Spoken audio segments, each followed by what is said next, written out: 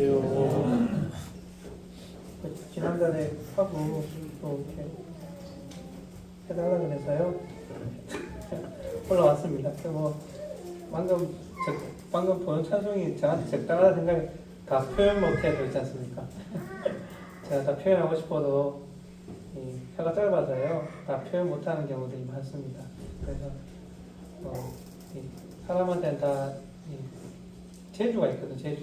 그렇지 않습니까? 그런데 그 표현하는 말을 그 당시 말로 해서 다 상대방 알아듣게 하면 좋은데 그렇지 못한 경우도 있고요. 어떤 경우에 세월이 지나다 보게 되면 알 수 있는 경우가 있는데 어쨌든 근데 그런 것들은 그 뭐 교회 안에서나 그 삶을 살아가면서도 그 다 표현 못해도 그 사람들도 지나게 되면 알아주잖아요, 그렇죠?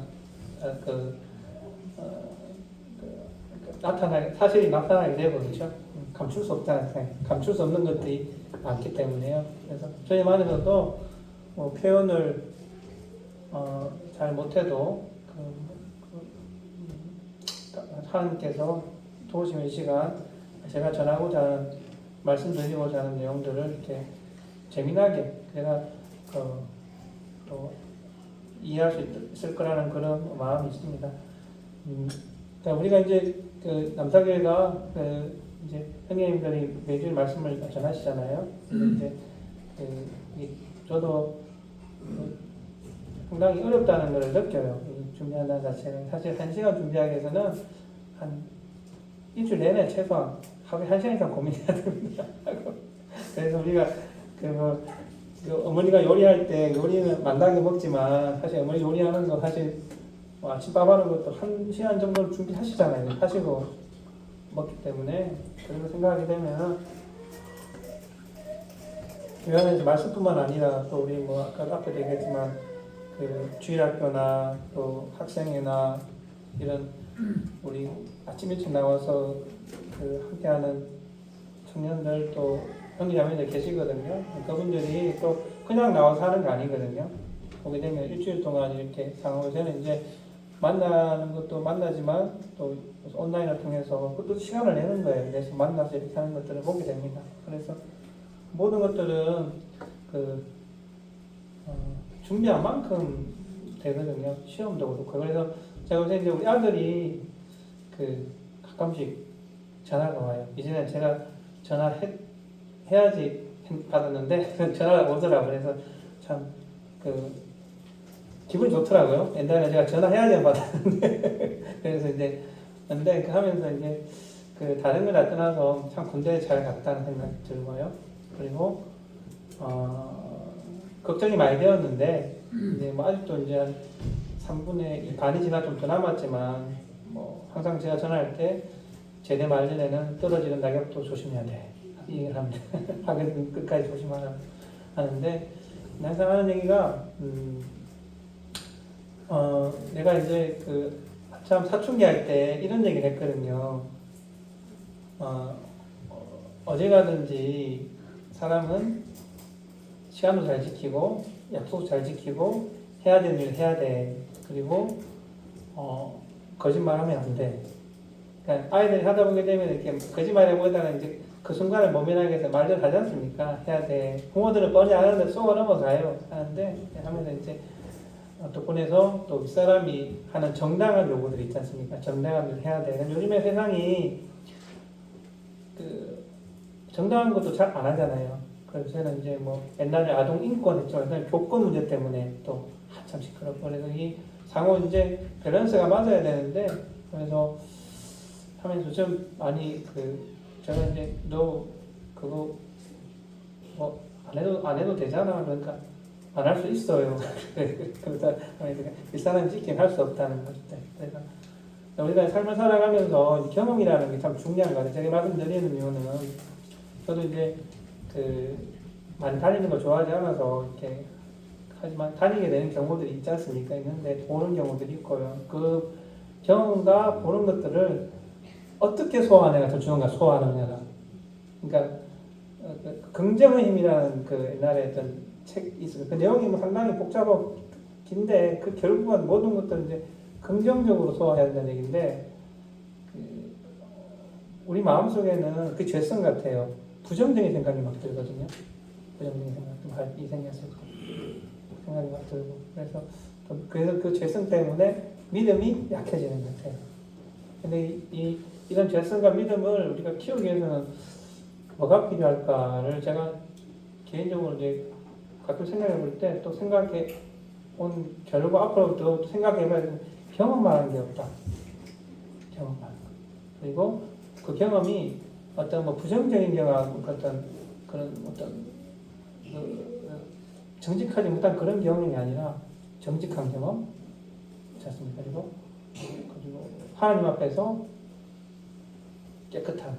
제가 가끔씩 그 시중에서 그런 시가 있잖아요. 하늘을 한 점 부끄러움이 없기를 입새이는 바람에서 나는 괴로웠다. 이 시가 누구 시더라? 누구 작게 그 시 제목이 있잖아요. 저는 가끔씩 가다가 그 시를 좀 이렇게 막 갈등이 막 생기잖아요. 그때 이 생각들을 해요. 하나님 앞에서 우리가 이제 살아가면서 제가 오늘 말씀드릴 내용도 우리가 다들 이제 살아가면서 어려운 점도 있고 또 고민도 있고 잘 안 될 일도 있지만 하지만 어디에나 그런 것들이 있고 환경적인 것들은요 하나님께 우리한테 그거를 또 극복하라고 하시는 것들이고 또 사도 바울도 또 그런 길을 가셨고요. 그때 우리 오늘날 살아가는 그리스도인으로서 우리가 또 각자 교회에서 맡은 일들이 있을 거예요. 그 일을 하면서 살아가게 되면은 뭐 좀 이렇게 수동적인 것보다는 능동적으로 살아갈 수 있지 않을까 생각을 들면서 오늘 좀 시작하겠습니다. 이거 뭐 같으세요? 맞추면 제가 저기 커피 한 잔 쿠폰 하나 드릴게요.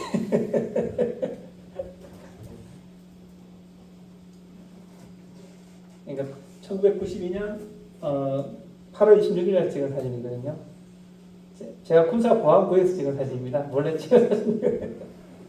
이게 뭐냐면은 못 맞추시네요. 여기 이제 좀 제 또래 나이 분들은 영화 탑건, 톰 크루즈를 아실 거예요. 아시죠? 톰 크루즈 탑건 찍은 영화가 있는데 그 항공모함이나 항공모함 이름이 USS 레이드라는 그 항공모함이에요. 지금은 덕건 항공모함이 나와서 이렇게 퇴역을 했는데 그 항공모함 갑판 밑에 가면은 비행기를 이렇게 경납고가 있거든요. 경납고에서 찍은 사진이에요. 그러니까 비행기 갑판 밑에가 엄청 넓은데 그 안에 비행기를 했다가 이게 잘 안 보이시는데요. 제가 사진을 옛날 그 사진 확대했는데 이게 비행 갑판이에요. 갑판이고 저기 왼쪽에 있는 저기가 뭐냐면은 갑판에 있는 비행기를 이렇게 엘리베이터 올려서 말입니다. 위에 와서 이렇게 하는 그런 사진이거든요. 이제 이게 뭐냐 제가 이제 영상 캡처해왔어요. 이게 이제 항공모함에서 비행기가 이제 이륙하는 장면이거든요. 제가 이거를 이제 보여드리는 이유는 뭐냐 하게 되면은 이 큰 항공모함에 이 배에 5,000명 정도 사람이 살거든요. 사는데 이 배를 보게 되면은 각자 하는 일들이 있어요. 어떤 사람은 이렇게 이제 신호수가 있고요. 어떤 사람은 이렇게 비행기에 이제 무장을 장착하는 사람들이 있고요. 그리고 이제 이 모든 사람들이 저 비행기를 날리기 위해서 하는 거거든요. 비행 조정하는 사람들이 있고. 그리고 이제 이게 이제 제가 그때 들은 얘기인데 이렇게 비행기가 올랐다 내렸다 하는 일이 쉬운 일이 아니래요. 그리고 우리는 이렇게 비행기가 내려와서 이렇게 앉는 일들이 그냥 쉽게 되는 줄 아는데 비행기가 내릴 때 보시게 되면 어떻게 하냐면은 여기 와이어가 있어요. 그 와이어에 비행기 뒤에 고리가 있거든요. 그것이 이제 와이어 보이시죠? 이렇게 걸려서 이렇게 딱 비행기가 멈추는 거예요. 제가 이제 이렇게 영상으로 지금 보여드렸는데 직접 올라가서 보고 이제 그 설명을 듣고 보면서 이렇구나를 알았어요. 그러니까 우리가 영상으로 보고 듣는 얘기하고 이제 보는 건 다르잖아요. 그래서 이제 첫째 말씀드리는 거는 그 큰 배 안에 5,000명이라는 사람들이 다 자기 할 일이 있는 거예요.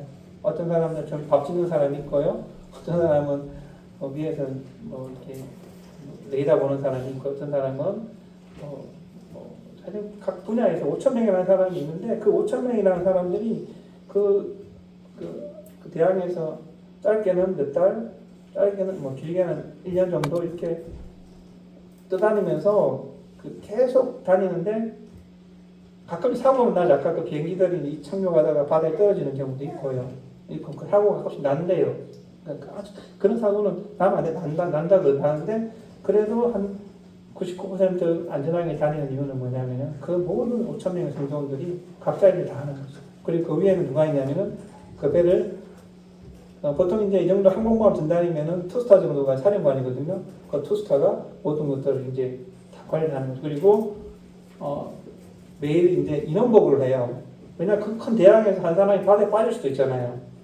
있는데 그럼 매일 아침 저녁에 인원보고를 하거든요. 인원보고를 할 때 근데 그 사령관이 모든 사람 확인할 수는 없잖아요. 그럼 저 밑에부터 해서 각 조별로 해서 이렇게 피라미드식으로 인원보고 올라오는 거죠. 그러면은 사람이 다 있나 없나 확인되고 이런 것들. 그러니까 이게 이제 교회도 그렇지 않나 생각을 해보게 되고요. 또 이제 오늘 말씀드리는 것 통해서 우리한테 전해진 복음도 결국은 어느 한 사람에 전해지는 것이 아니라 우리가 각자 오늘 이 시간 나에게 주어진 함으로 인해서 하는 것들이 이어져서 이제 다음 세대 이어지고 또 주님 오시는 그날까지 이어지고 또 확장되고 또 견고해지지 않나 생각을 해보게 되었습니다. 그래서 그런 생각에 좀 이해도를 좀 도움을 드리기 위해서 좀 머리도 식히시고요. 제가 이제 좀 영상을 보여드렸습니다. 지난번에 제가 그리스 튀르키예 중에서 터키가 튀르키예라 그러면 좀 그런데 터키 가서 이스탄불 도착해서 다소 갔다가 다소에 가서 사도 바울 생가 갔다가 갑바도기아 우리 방금 조금 전에 우리 김정현님께서 읽으신 갑바도기아 나오지 않습니까? 베드로 전서 1장 1절에 있는 갑바도기아 갑바도기아 오순절날 갑바도기아 사람들이 와서 성령 강림하시고 난 다음에 이제 예수님 영접하고 가서 이렇게 교회가 그쪽에 세워졌다. 이렇게 해서 갑바도기아에 있는 그곳을 가봤고요. 그 다음에 이제 가봤고 그래서 이제 이렇게 가봤습니다.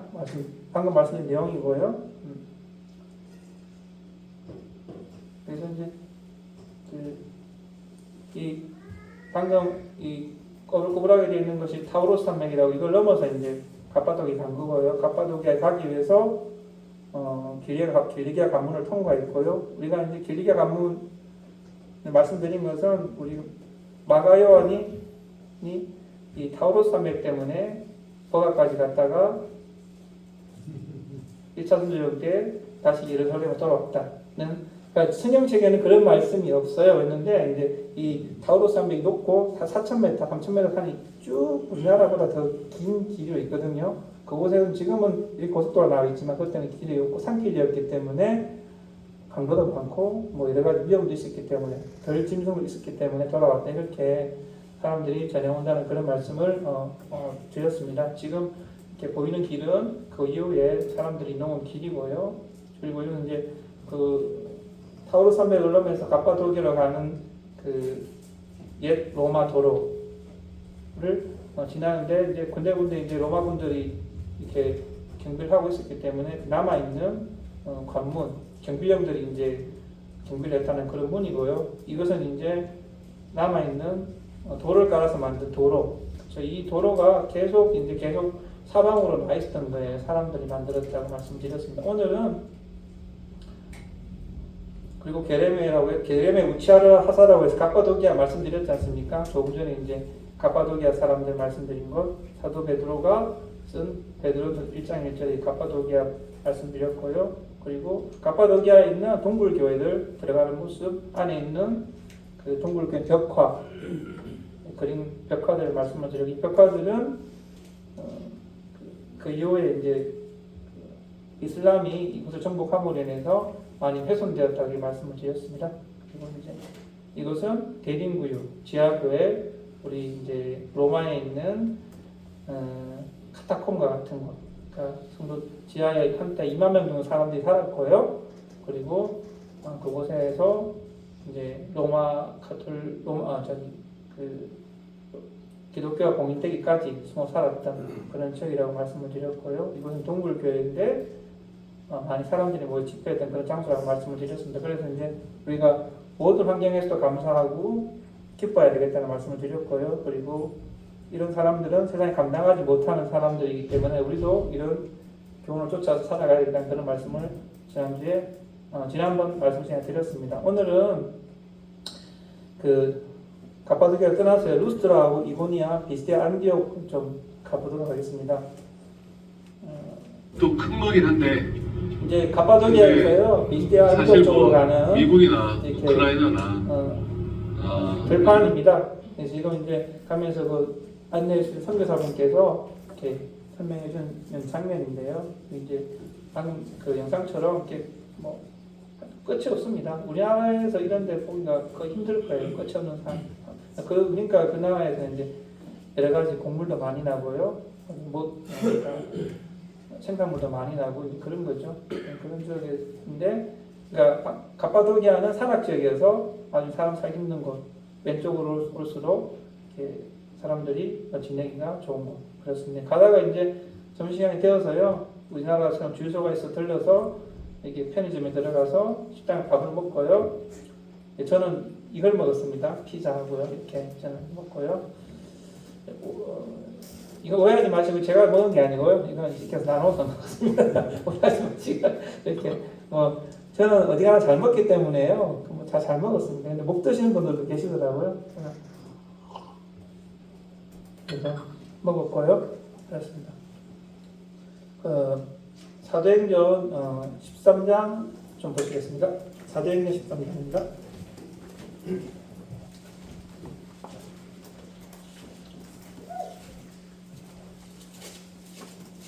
사도행전 13장 말씀 보시겠습니다.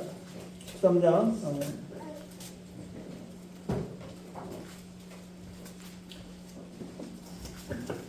13절 14절 말씀 보시겠습니다. 제가 읽도록 하겠습니다. 사도행전 13장 14절입니다. 13장 13절입니다. 제가 읽도록 하겠습니다. 바울 및 동행하는 사람들이 바보에서 배 타고 밤빌리아에 있는 버가에 이르니 요한은 그들에게서 떠나 예루살렘으로 돌아가고 14절입니다. 그들은 버가에서 더 나아가 비스디아 안디옥에 이르러 안식일에 회당에 들어가니. 다음 51절입니다. 51절입니다. 두 사람이 그들을 향하여 발의 티끌을 뚫어버리고 이고니온으로 가거늘. 한 절 더 읽겠습니다. 14장 6절입니다. 그들이 알고 14장 6절입니다. 사도행전 14장 6절입니다. 그들이 알고 도망하여 루가오니아의 두 성 루스드라와 더베와 그 근방으로 가서 거기서 복음을 전하니 이렇게 되어 있습니다. 그래서 이제 오늘 그 갈 지역은요, 갑바도기아를 떠나서요, 비스디아 안디옥 그리고 루가오니아의 지방에 있는 이고니온, 더베, 루스트라 이렇게 좀 보도록 하겠습니다. 그래서 루스트라 많이 들어보셨죠? 딱 루스트라 하면 누가 생각나세요? 일단 그 뒤에 말씀을 드리겠습니다. 갑바도기아를 지나서 방금 말씀드렸고요. 루스트라는 가면은 아무것도 없습니다. 이렇게 둔통만 있거든요.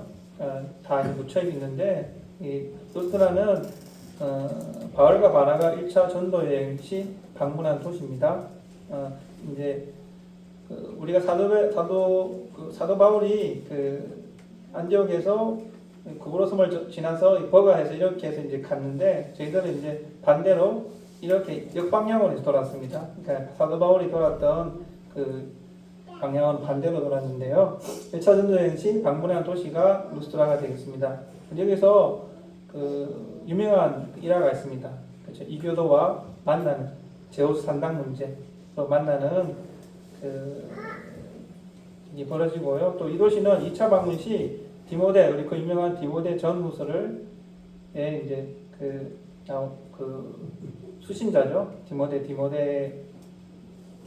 디모데를 교역자로 참여시키는 사건이 이 도시에 일어납니다. 그래서 이 도시는 고대 황제들이 그 당시 이제 점령하게 되면은 군인들에게 그쪽 땅을 주어서 살도록 한 그런 땅이어서 그 당시 이제 큰 도시로 이렇게 있었는데 나중에 이제 쇠퇴하고 이렇게 흔적만 남아 있는 이런 상황이 되겠습니다. 그래서 이렇게 최근에 발굴이 되었는데요. 작년에 9월부터 발굴이 시작되어서 별로 볼 것이 없더라고요. 이게 유명한 얘기가 뭐냐면은 우리 사도행전 14장 8절에서 15절을 좀 보시겠습니다. 사도행전 14장 8절에서 15절을 좀 보시겠습니다. 8절에서 15절입니다. 좀 길지만 그 이해를 돕기 위해서 읽도록 하겠습니다. 사도행전 18장, 14장 그 8절에서 15절입니다. 제가 한 절 읽고 우리 형님, 성도님들이 한 절 읽도록 하겠습니다. 8절부터 읽겠습니다. 한 절씩 읽겠습니다. 8절입니다. 14장 8절입니다. 루스드라에 발을 쓰지 못하는 한 사람이 앉아있는데 나면서 걷지 못하게 되어 걸어본 적이 없는 자라.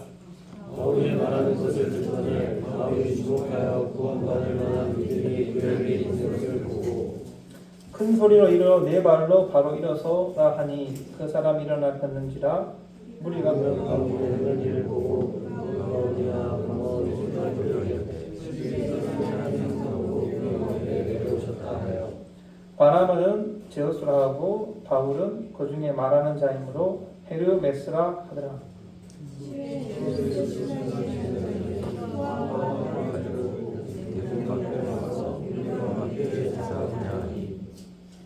두 사도 바나바와 바울이 듣고 옷을 찢고 무리 가운데 뛰어 들어가서 소리 질러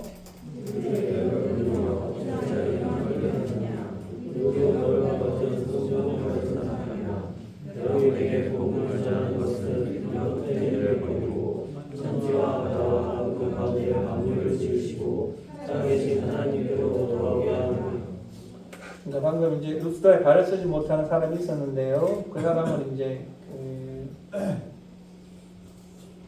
걷게 했지 않습니까? 사도 바울이 걷게 하니까 그 당시 이제 이곳은 아직 복음이 이제 전해지지 않았기 때문에 여러 가지 이제 우상 숭배와 여러 가지 이제 샤머니즘들이 많았던 곳이죠. 제우스 많이 들어보셨죠? 네, 유명한 그 로마 신화에 나오는 신 중의 신입니다. 그 신을 섬기는 그런 것들이 풍토했는데, 그러니까 사도 바울이 이 사람을 걷게 하니까 사람들이 이 사람이 이 사람 바나바와 사도 바울이 제우스다, 또 헤르메스다 이렇게 하고 사도 바울하고 바나바를 신으로 삼으려고 한 장면에서 이제 사도 바울이 자기는 신이 아니고 아니다. 이 사람들한테 그런 우상 숭배를 버리고 하나님께 돌아와야 된다는 우리가 믿는 복음이 있지 않습니까? 이 복음을 전하는 그 장면이 복음을 전하는 그 장면이 이 장면이 되겠습니다. 그 현장이 루스드라가 되겠습니다. 그래서 이제 이해하셨죠? 그래서 이제 그 여기에 보게 되면은 이제 13절에 보게 되면 시외 제후산당의 제사장이 소와 화환을 가지고 대문 앞에 와서 무리와 함께 제사하고자 하니까 바나바와 그 사도 바울을 이제 우상으로 신격화해서 이렇게 제사를 드리기 위해서 보게 되면은 소와 화환을 가졌다고 되어 있지 않습니까? 그 지역에 가게 되면 이렇게 유적 중에서 소 맞으시죠? 소하고 거기 이렇게 화환이 걸려 있는 거, 이런 유적들이 있는 거니까 성경 말씀에 있는 이 내용들이 사실이다. 그 당시 그랬다. 이 지역에 이런 소를 숭배하면서 소에게 제사드리는 이런 우상 숭배가 있었다는 것을 이제 확인시켜주는 그런 유물들이 있는 것입니다. 그리고 이 말씀, 사도행전의 이 말씀이 사실이라는 것을 이제 확인해 줄 수 있는 현장이고요. 그래서 이제 안디옥과 이고니온과 루스드라에 당한 일과 어떠한 박해를 받은 것을 내가 과연 보고 알았거니와 주께서 이 모든 가운데 나를 건지셨느냐. 디모데후 3장 11절에 내게 디모데한테 사도 바울이 로마 감옥에서 이렇게 쓴 말씀이잖아요. 그러니까 이제 루스드라에서 말씀드렸듯이 디모데를 이제 2차 전도 루스드라에서 전도 여행 때 만나서 1차 전도 여행 때는 루스드라에 갔지만 디모데를 만나지 못한 거예요. 2차 전쟁 때 루스트라에서 디모데를 만나서, 그렇죠? 만나서 그 자기 제자로 삼았는데, 그러니까 1차 전쟁 때 루스트라에 있었던 일을 디모데가 들었던 거예요. 그렇죠? 워낙 큰 사건이었기 때문에 이 사건을 이제 들었겠죠. 그래서 이제 우리가 디모데 3장 11절에 루스트라에 당한 일을 우리가 이제 디모데도 보았을 것이고 알았을 것이다. 현장들. 그리고 디모데에 있는 많은 성도들이 이것을 알았을 것이라는 걸 우리가 확인시켜줄 수 있는 그런 곳이 되겠습니다. 그런 말씀들과 비춰볼 때 성경 말씀이 조금 연결이 되었고요. 그래서 이제 14장 19절 20절에 보게 되면은 그래서 이제 안디옥과 이고니온에서 사람들이 계속 쫓아왔어요. 아시겠지만 복음을 전하니까. 그래서 이제 사도 바울이 돌에 맞아서 이제 죽은 줄 알았는데 다시 이제 일어나서 더베, 그러니까 루스트라보다 더 오른쪽에 있는 더베까지 이렇게 복음을 전하는 그 여정이 1차 전도 여행의 이제 순서가 되겠습니다. 예. 그래서 이제 루스트라에 가게 되면은 거기 이제 아까 말씀드린 아무것도 없는데 동굴들 있습니다. 동굴에 이제는 교회들이 있고요. 당시 이제 복음 전해지고 박해받았던 분들이 살았던 동굴 교회들이 이렇게 있습니다. 그리고 이제 이거는 이제 루스트라 십자가 교회라고 이제 사람들이 명명을 했는데 그렇게 불려졌던 건 아니고 보게 되면 십자가 모양으로 교회가 생겼다고 해서 그거니까 루스트라의 십자가 교회 이렇게 그 사람들이 얘기를 하고 있었습니다. 그래서 이제 이거는 아까 말씀드린 1차 전도여행의 순서입니다. 전 역방향으로 갔다 말씀드렸는데 안디옥, 실루기아, 살라미, 바보에서 버가, 비스데, 안디옥, 이고니온, 루스트라, 옆으로 더베까지 갔다가 더베에서 다시 루스트라, 이고니온, 비스데, 안디옥에서 이제 다시 돌아오는 그 루트가 되죠. 1차 선교행이요. 그리고 이제 이고니온이라고 있지 않습니까? 이고니온이 지금은 꼬냐라고 하는 도시입니다. 대도시인데요. 그래서 이곳은 이제 그 당시에도 큰 도시였고 지금도 큰 도시더라고 도시인데 이제 그곳에 이제 동서로 동쪽에 우리 아시아라 그러게 되면 우리가 생각하는 우리가 아시아가 아니라 성경의 아시아는 우리가 알고 있는 에베소 교회에 있는 거 그렇죠? 그쪽이 에베소 쪽 서쪽이 이제 아시아와 오른쪽 동쪽에 있는 이집트 이라크, 예루살렘, 이스라엘 이쪽을 연결하는 루트였답니다. 그래서 황제의 길이라고 해서 동서 교역의 이런 지역이었다고 하는데요. 그래서 이제 지금 우리가 좀 안 좋은 동네를 지나가고 있는데 이게 이제 이 나라도 잘 사는 데 잘 살지만은 못 사는 데는 못 살더라고요. 그래서 우리가 버스를 데리고 적어서 적당한 곳에 내려가지고 동네 뒷길을 통해서 꼬냐 박물관이라고 있거든요. 꼬냐 박물관에 이제 가는 그 장면이 되겠고요. 꼬냐 박물관, 사도 바울 때는 그 지역 이고니온 박물관이 되겠습니다. 박물관 앞에 들어가는 그 장면이고요. 이것은 뭐냐 하게 되면은 이곳을 발굴하면서 이제 아주 귀중한 자료가 발견됐는데 이곳이 이제 옛날 루스라였다, 이고니온이었다, 더베였다는 걸 어떻게 알 수 있을까? 지금은 꼬냐라고 되어 있는데 그렇지 않습니까? 그래서 이제 이렇게 석비들이 발견이 돼서 1세기, 2세기 발견됐는데 이 비문을 해석하니까 이곳에 루스트라, 이고니온, 더베라고 이렇게 저는 읽을 줄 모르지만 설명을 그렇게 해주시더라고요. 설명이 있다고 해서 이곳이 성경에 나온 루스트라, 이고니온, 더베였다 이렇게 말씀을 하시고요. 그런 내용들이 있는 비석이고요. 그리고 이제 박물관이 좋지는 않다. 이렇게 제가 찍은 사진은 이건 사진인데 이렇게 돼 있고 여기 이제 보시게 되면은 좀 잘 보이시는지 모르겠어요. 잠깐 X자 표시 보이세요? X자 표시 보이시죠? 그러니까 옛날에는 우리 십자가를 이제 우리 주님 상징으로 이렇게 그리스도의 상징으로 하는 옛날 X자였답니다. X자가 이제 옛날에는 그리스도인 기독교 믿는 사람들의 상징이었고 그래서 X자 표시를 통해서 이것이 이제 기독교인들이 있었다는 그런 알 수 있게 되고 이거는 이거는 많이 이제 한국에서 많이 보는 모양이 우리 이제 절 모양하고 비슷한 그런데 이것도 이제 좀 뒤집었게 이것도 이제 그 당시에는 그리스도인들 기독교 상징이었다 이렇게 그 말씀을 하시더라고요. 그래서 당시에는 이 모양을 보고 그리스도인들이 모인 그리스도인 이렇게 이제 알 수 있었다 이렇게 말씀을 하시면 들었고요. 이거는 제가 이제 직접 찍은 건데요. 이제 그 박물관은 제가 그냥 핸드폰으로 찍은 사진입니다. 이렇게 하면 그 관들이 많이 있잖아요. 옛날에 이 석관들에 사람들 이렇게 들어가서 이렇게 장례를 치렀던 그런 장소라고 그러고요. 그렇습니다. 박물관인데 그렇게 뭐 잘 되어 있지는 않더라고요. 그리고 이제 이거는 시내고요. 버스 기다리는 장면이고 뭐 도시가 이렇습니다. 그리고 이제 잠시 와서 저희들이 물건을 사기도 하고요. 1차 성경에 앞에서 말씀드렸듯이 이제 이렇게 되는데, 그리고 제가 앞에서 말씀드렸듯이 비스데 안디옥 지역 있지 않습니까? 이 타우루스 산맥이라는 산이 있어요. 이 산 때문에 이제 밤빌리아 버가에서 마가 돌아갔다고 말씀드렸죠. 직접 가보시게 되면은 산이 굉장히 높아요. 본 산들이 끝도 없이 쭉 되어 있기 때문에 그 당시에 이 산을 넘는다는 것이 힘들었을 것이다. 타우루스라는 뜻이 황소처럼 거칠고 험한 지형이다 이런 뜻이라고 합니다. 그리고 아까 조금 전에 말씀드렸듯이 아주 강도도 많았고 위험한 그 요소들이 많았기 때문에 목숨을 건 여정이었다. 그래서 마가 요한이 집으로 돌아가지 않았나 이렇게 추측하는 사람들이 있다고 합니다.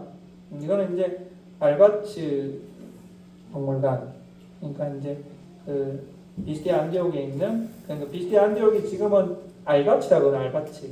지금이 알바츠인가 지금 현재 튀르키예 지명은 알바츠라는 시인데요. 비스데 안디옥에 있는 지역이 알바츠 박물관에 있는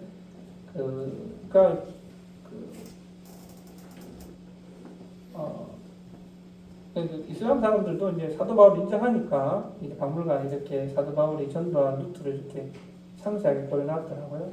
그래서 이제 우리 뭐 성경책에 많이 나오는 그런 이렇게 그림이죠. 비슷한 그림입니다.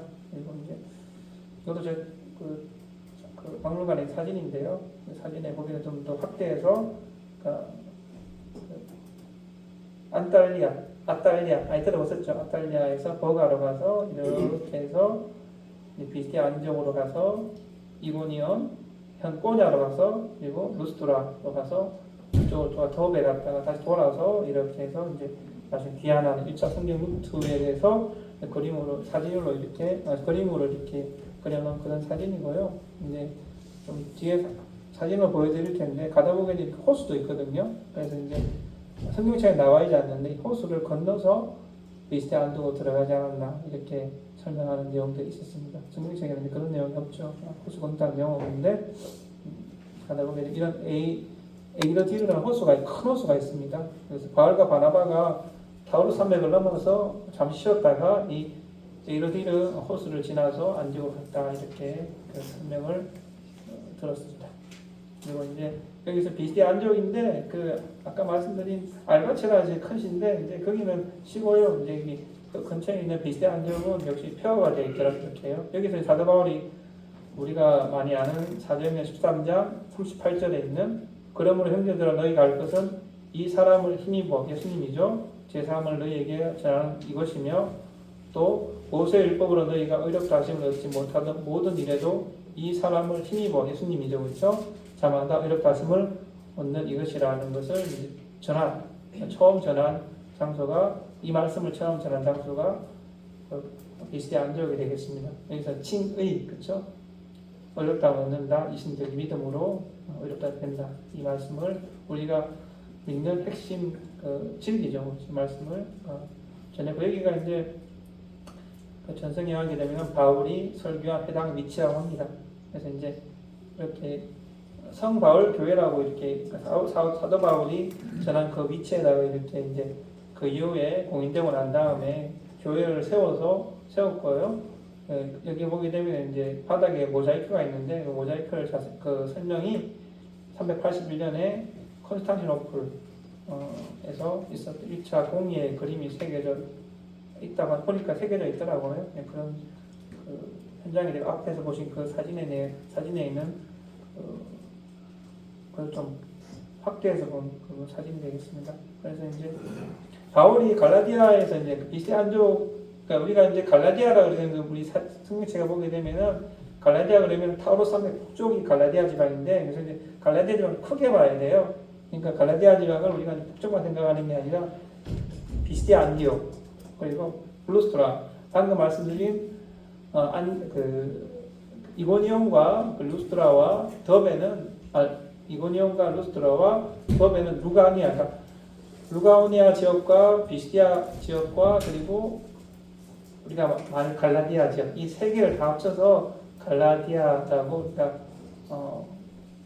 이해를 해야 됩니다. 안 그러면 갈라디아는 갈라디아고 루가오니아는 루가오니아고 비스티아는 비스디아 이렇게 생각하는 게 아니라 이제 갈라디아 큰 안에 갈라디아가 있고 비스디아가 있고 또 루가오니아가 있고 이렇게 생각하시면 됩니다. 그래서 이제 이 갈라디아에 복음을 전할 때 사도 바울 어떤 일이 있었을까를 이제 성경책에서 우리가 좀 유추해 볼 수가 있는데요.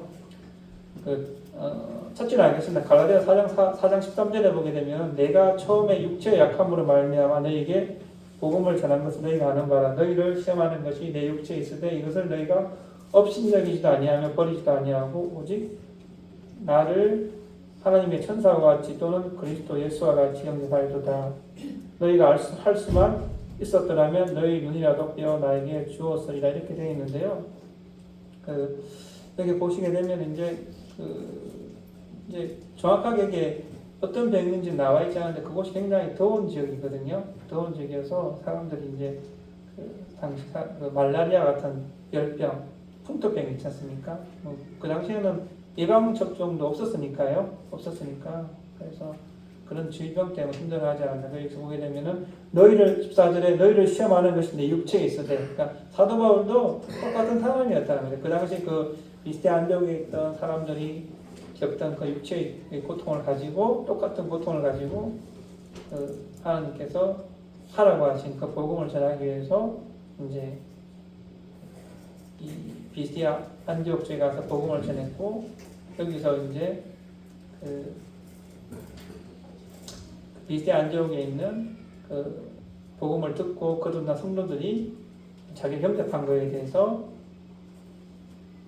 감사하게 생각하는 그런 내용이 갈라디아 4장 이 말씀에 있습니다. 그래서 이게 이제 좀 이 말씀이 좀 이해가 되어지더라고요. 그래서 이제 비스티아 안디옥에서 구글에서 찍은 사진인데 이 안디옥에 있는 유적지가 이렇습니다. 이렇게 생기는데 지금 아무것도 없고요. 뭐 이렇게 해서 이제 뭐 아우구스투스 신전이 아우구스투스라는 게 다들 아시겠죠? 로마 황제를 얘기하거든요. 그래서 이제 로마 1대 황제가 누군지 아세요? 1대 황제가 옥타비아누스 황제 아시죠? 옥타비아누스하고 안토니우스하고 클레오파트라 세 사람이 그 당시에 있는데 옥타비아누스 황제하고 안토니우스하고 싸워서 그 전까지는 이제 로마가 이제 황제가 아니라 뭐죠? 공화 정치였거든요. 공화 정치였다가 이제 황제 옥타비아누스가 이제 황제가 되고 그래서 아우구스투스라는 황제의 칭호를 얘기하는 거고요. 황제 신전이 있고요. 티베리우스는 옥타비아누스 다음에 황제로 제가 알고 있습니다. 황제 광장이 있고요. 이렇게 되어 있습니다. 그리고 교회 터가 또 있고요. 그렇습니다. 이제 그 극장과 아고라를 따라서 쭉 걸어가는 길들이 큰 도로가 이제 동서대로로 이제 우리 도시 만들 때 큰 도로 만들고 양쪽에 집을 짓지 않습니까? 그 당시도 도시계획을 했다는 얘기예요. 큰 도로 만들고 했고 이 도로 이제 요즘같이 아스콘이 없으니까 큰 도로를 깔아서 이렇게 이제 길을 내고 그렇고 양쪽에 이제 멀리 보이는 극장이 있고요. 뭐 그런 대로가 되겠습니다. 극장을 좀 크게 찍은 사진인데 당시 한 2만 명 정도가 극장의 사람들이 여기서 뭐 우리 많이 보는 뭐 검투사 경기 같은 것들이 관람하는 그런 장소가 되겠습니다. 지금 막 폐허가 돼서 이런데 당시에 뭐 제대로 되어 있었으면 얼마나 멋진 모르겠습니다. 폐허가 됐는데도 상당히 규모가 있고 크다는 생각이 들었고요. 그리고 이제 아우구스투스 신전, 황제 신전이 터가 있는데 이렇게 되어 지금은 다 폐허가 됐는데 이렇게 왼쪽 이쪽에 있는 이거는 그걸 사람들이 요즘 기술이 좋으니까요. 이렇게 복원한 그림이 되겠습니다. 이렇게 생겼을 것이다. 이 밑에 있는 이 장면이 이렇게 컸을 것이다.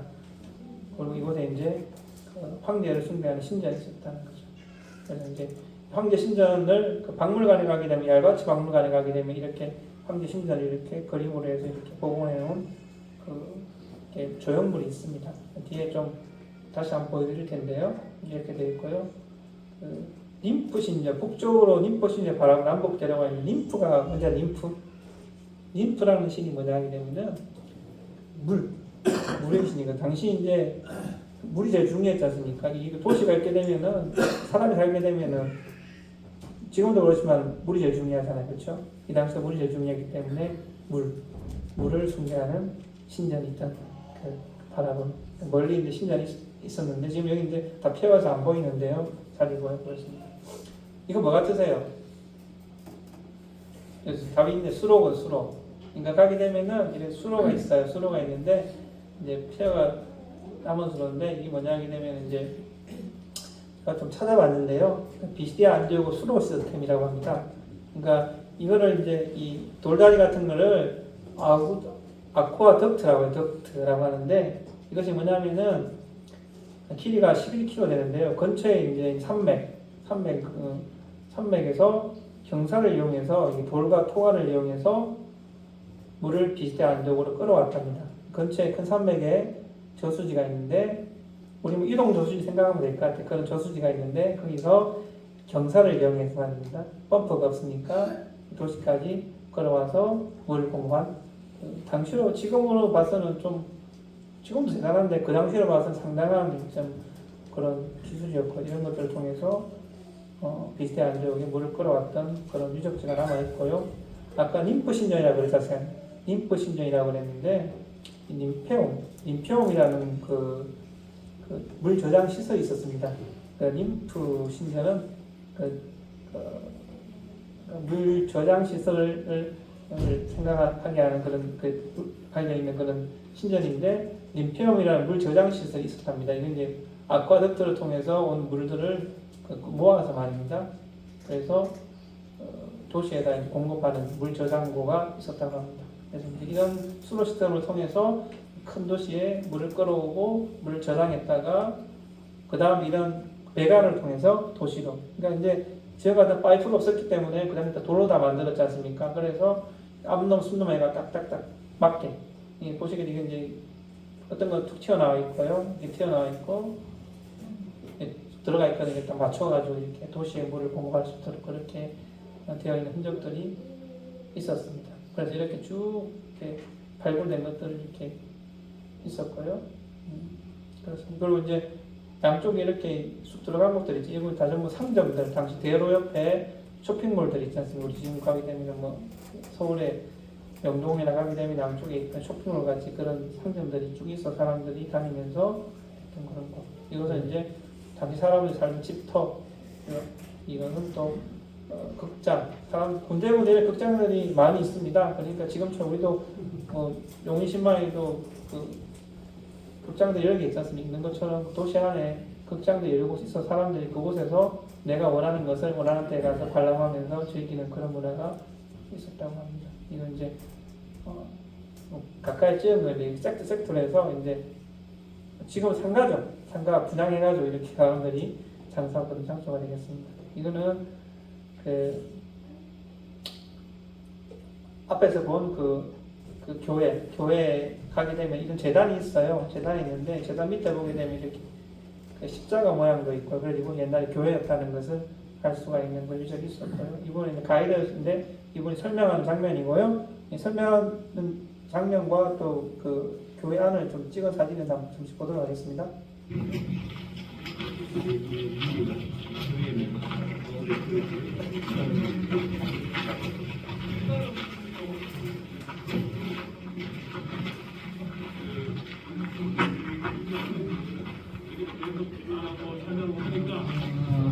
그냥 알아서 하라고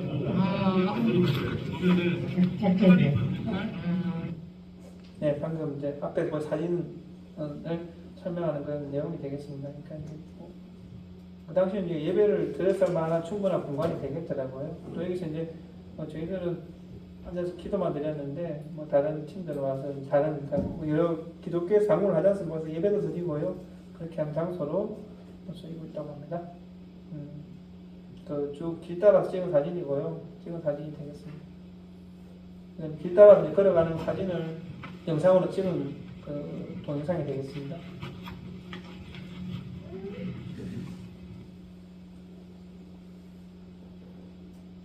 다음은 이제 그 알바츠 박물관 아까 그 알바츠가 지금 비시대 안독이라고 해서 그곳에 안디옥이 현재 알바츠인데요.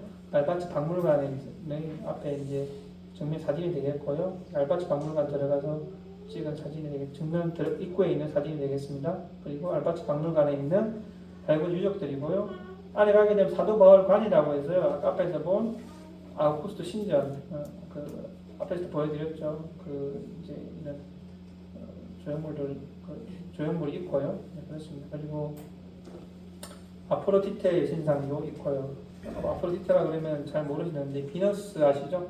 비너스. 그러니까 로마 신화에 나온 비너스가 이제 그리스 신화에서는 아프로디테 이렇게 표현이 되는 겁니다. 그리고 당시 이제 튀르키예도 그리스 문화 영향권이었기 때문에 아프로디테 하시게 되면은 비너스 생각하시면 되고요. 네, 그렇습니다. 됐고요. 이거는 이제 알바츠 박물관에서 있는 그 찍은 사진인데 이게 이제 지난 시간에 1차 성교여행 때 사도 바울이 제일 먼저 간 섬이 구브로 섬이지 않습니까? 지금의 키프로스 섬인데요. 거기서 이제 누구를 만나죠? 처음 구원받은 사도 바울을 통해서 구원받은 전도여행 구원받은 서기요 바울이죠, 그렇죠? 바울, 서기오 바울 들어보셨죠? 서기오 바울, 그러니까 서기오 바울에 대한 유적이 발굴이 되었어요. 이곳에서. 그래서 뒤에 말씀드린 서기오 바울이 결국 비스티아 안디옥 사람이었다는 것을 사람들이 유추해낸 거죠. 그러니까 아까 보셨지만 키프로스는 지중해 한 중간에 있지 않습니까? 그 당시 이제 서기오 바울 가문이 보통 가문이 아니었다는 거죠. 가문인데 서기오 바울이 그 공부를 잘해서 입신을 해가지고 총독이 되어서 키프로 총독으로 가서 거기서 있다가 이제 사도 바울 통해서 복음을 듣고 그러니까 서기오 바울이 복음 들으니까 자기 가족들이 생각나잖아요. 가족 구원. 그렇지 않습니까? 그래서 설명하기 유추하기에 사도 바울에게 서기오 바울이 내 가족이 비스티아 안디옥에 있으니까 가서 그곳에서 복음을 전해달라고 이렇게 하지 않았을까. 물론 뭐 성령의 감동하심으로 사도 바울이 갔겠지만 여러 가지로 이제 연구나 이런 걸 유추할 때 사도 바울이 왜 그 타우로 산맥을 넘어서 비스티아 안디옥에 갔을까? 밤빌리아, 아탈리아 그쪽에 있지 않고 그쪽에서 얼마 안 있었거든. 왜 갔을까? 그것은 아마 이 서기오 바울의 부탁을 받고 내 가족들과 친척들이 그곳에 있으니까 그곳에 가서 복음을 전해. 여기 보게 되면 이제 이게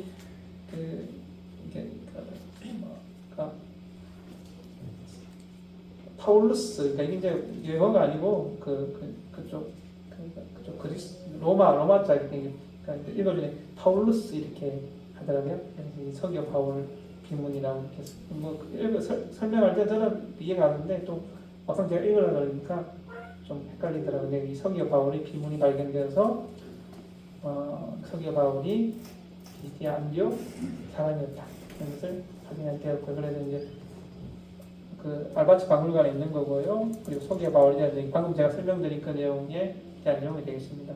이거는 이제 제가 안을 찍은 사진이거든요. 동영상입니다. 보시면 되겠습니다.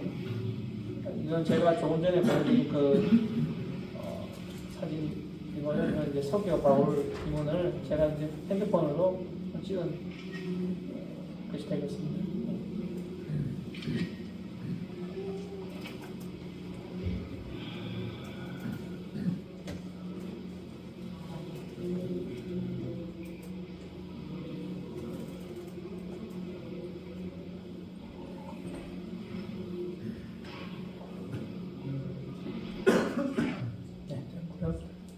오늘 이제 그 김정만 행장님께서 이제 요 사도 바울관을 설명하는 내용을 이제 들어보시면 이해가 좀 가실 겁니다. 여기는 BCD 안디옥 오늘날 이제 얄바치르라고 하는데요. 그 박물관입니다. 이슬람 박물관인데도 이렇게 들어오게 되면 사도 바울관이 있습니다. 그리고 사도 바울이 이곳에 왔을 때 미국 시리아 한국 사람들 들리세요? 안 들리세요? 통제를 수행했는데 분명히 잘하죠. 시리아 잘 사우하고 뭐 제가 설명한 내용은 되겠습니다. 이건 이제 여기는 그 아까 말씀드렸듯이 그 안디옥이 갈라디아 지방이라고 어떻게 알 수 있느냐를 확인할 수 있는 비문이거든요. 이게 보게 되면 이제 그 알바츠 박물관에서 있는 야외 박물관에 야외에 있는 비석인데 여기서 이제 이런 것들이 발견돼서 이게 보시게 되면은 프로방스 갈라디아 이렇게 여기 보시게 되면 GALA 이렇게 돼 있거든요. 이걸 이렇게 보시게 되면 이렇게 보시죠? 이렇게 뭐 잘 보시죠? 이렇게 이걸 통해서 이것이 발견이 되었어요. 그래서 이 지역이 큰 확대한 거네. 갈라디아 지방이라고 이렇게 뭐 영어로 이제 프로방스 갈라디아 같은데 이거 영어로 이제 뭐 영어나 어떤 그다음 뭐 로마 글자나 좀 변형된 건데 알파벳이니까요. 이렇게 알 수 있다고 이렇게 보니까 저도 이제 영어로 읽게 되더라고요. 프로방스 갈라디아 이곳이 이제 갈라디아 지역이다 이렇게 확인할 수 있는 유적이 있는 거죠. 비스티안 지역이 갈라디아의 한 속주였다 이렇게 알 수가 있는 거죠. 이거는 이제 갈라디아 지역을 갖다 이렇게 돼 있기 때문에 아마도 3차 선교 지역의 그 앙카라 주변에 갈라디아 왕국에서 복음을 전했지 않았을까. 그러면 갈라디아서가 언제 게 되는 겁니까? 그 이후에 3차 선교 이후로 연대가 가는 거죠. 네, 그런데 이제 이런 비문이 발견이 되면 이게 뭐냐면은 갈라디아서가 보게 되면 그 갈라디아서를 쓴그 다들 좀 아시겠지만 언제 썼는지가 조금 그 정확하지가 않아요. 그러니까 사도 바울 1차 선교 여행 썼는지 3차 선교 여행 때 썼는지 이렇게 의견이 분분하거든요. 근데 이 비문을 통해서 사도 바울이 1차 선교 여행 때 갈라디아 지역을 갔기 때문에 갈라디아서를 1차 선교 여행 마치고 썼다 이렇게 더 강하게 유추할 수 있다 이렇게 설명을 하고 계시더라고요. 그래서 뭐 제가 좀 자료를 찾아보니까 이렇게 의견이 많은데 이제 2차, 3차 이렇게 나눠지는데 이 비문을 통해서 아마 그 갈라디아 그를 1차 전도에 썼을 것이다 추측할 수 있는 유적들이 발굴이 되는 거죠. 사람들이 이제 이런 것들을 통해서 조금씩 이렇게 사실에 접근하게 되는 그런 내용이 되겠습니다. 이거는 뭐 맛있어 보이시죠? 점심 배고프실 텐데 10분만 더 하고 마치겠습니다. 저는 잘 먹습니다. 그래서 이제 뭐 닭다리도 먹고 다 제가 다 먹은 겁니다. 그리고 이제 좀 넉지해서 고추장 먹고 그랬습니다. 그리고 그랬습니다. 그래서 이제 이거는 이제 다음 그 기회가 되면 말씀드릴 곳으로 가는 길인데 이게 이제 가는 그 골로새로 가는 길에 찍은 사진입니다. 제가 핸드폰으로 찍은 사진인데요. 예, 덜이 넓습니다. 넓고요. 그가 이제 우리가 2월달 정도 있기 때문에 여기도 이제 눈이 다 녹고 이제 조금 있으면 지금쯤 이제 여러 가지 그 농작물을 많이 심었을 텐데 이렇게 덜이 넓습니다. 그래서 우리나라도 이런 들들이 참 많았으면 좋겠다는 생각이 드는데 우리나라는 이런 들 보기가 뭐 호남에 가면 보겠지만 쉽지가 않죠, 그렇죠? 그리고 이제 골로새가 도달해서 찍은 골로새 이정표가 되겠고요. 되겠습니다. 그리고 이제 지난주에 우리 이영님께서 호나드산 말씀하셨는데 호나드산에서 내린 눈이 골로새를 거쳐서 어디로 간다고 했죠? 어느 지로 간다고 했죠? 차갑지도 않고 뜨겁지도 않은 교회 무슨 교회죠? 라오디게아 교회죠. 그러니까 이 골로새하고 호나드산하고 가깝거든요. 호나드산이 만년서에 내려서 골로새를 지나서 지난주 형님이 말씀하셨듯이 라오디게아 교회로 가고 그리고 다음 기회에 말씀드릴 히에라볼리 있는 뜨거운 온천수가 내려와서 서로 섞여서 라오디게아 교회에 대해서 요한계시록 사도 요한이 차갑지도 않고 뜨겁지도 않고 이물이 내려와서 좀 미지근해지고 또 그 히에라볼리에 있는 그 뜨거운 물이 내려와서 식어서 미지근해지고 그 지역이 되겠습니다. 그래서 멀리 호나드산이 보이는 거고 아직 이곳은 발굴이 안 되었더라고요. 군데군데 이제 조금씩 이주표가 드러나 있는데요. 아직까지 발굴이 엄청나게 많은 그런 지역이 되겠고요. 앞에서 말씀드린 호나드산의 이 차가운 물이 미쿠스강을 내려와서 라오드기아로 가서 히에라볼리에서 물과 만나서 차갑지도 않고 뜨겁지도 않은 미지근한 물이 되는 그런 게 되겠습니다. 정리하겠습니다.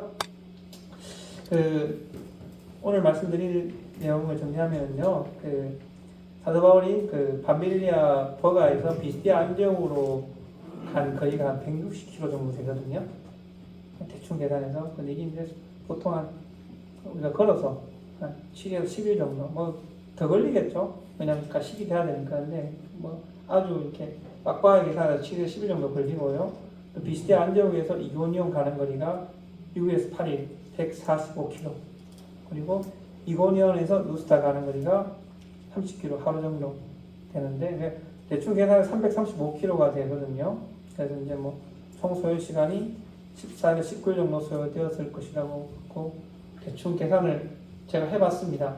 해봤고 이거는 뭐 더 걸렸으면 더 걸렸지 덜 걸리지 않았을 거고요. 그래서 정리하면은 지역적 어려움과 사도 바울의 여정이라고 이렇게 좀 제가 정리를 해봤는데요. 이 여정은 주로 험준한 산악지대와 고온지대를 통과해야 했으며 강도와 산적 위험이 컸습니다. 그리고 갈라디아 4장 13절에 보시게 되면은 내가 처음에 육체의 약함으로 말미암아 너희에게 복음을 전한 것을 너희가 아는 바라. 사도 바울이 뭐 여러 가지 육체의 약함이 있었다는 거예요. 그러니까 몸의 질병도 있었고 여러 가지 뭐 풍토병도 있었고 뭐 여러 가지 많은 어려움이 있었다는 거예요. 몸의 질병 있었는데도 이 험난한 여정을 했다는 거죠. 그래서 이 지역을 지나면서 이런 사도 바울의 말씀들 생각이 나죠. 그래서 이 여정에 생긴 여러 가지 어려움과 고난에 생긴 질병이 있을 때 물론 본인이 가지고 있었던 선천적인 질병이 있었겠지만은 후천적으로 이러한 것들을 통해서 생긴 질병이 있었을 것이라는 것을 유추해보게 되었고요. 당시 여행 경로는 로마 도로망을 활용해서 가능성이 크지만 말씀드린 것처럼 일부 구간은 항상 경비한 로마병들이 있는 곳이 아니기 때문에 위험했을 것이다. 그렇죠? 그래서 사도 바울이 오늘 같은 현대적 교통수단이 아닌 걸어서 전도행한 길과 지역들을 일부 돌아보면서 사도 바울이 이 여정에서 얼마나 헌신적으로 고난을 감수했는지를 생각해 볼 수가 있었습니다. 오늘날 우리 그리스도인들에게 하나님께서 생각해 보라고 하시는 그 말씀도 이와 동일할 것이라는 믿음에 예수님이 하신 말씀 중 제가 좋아하는 말씀입니다.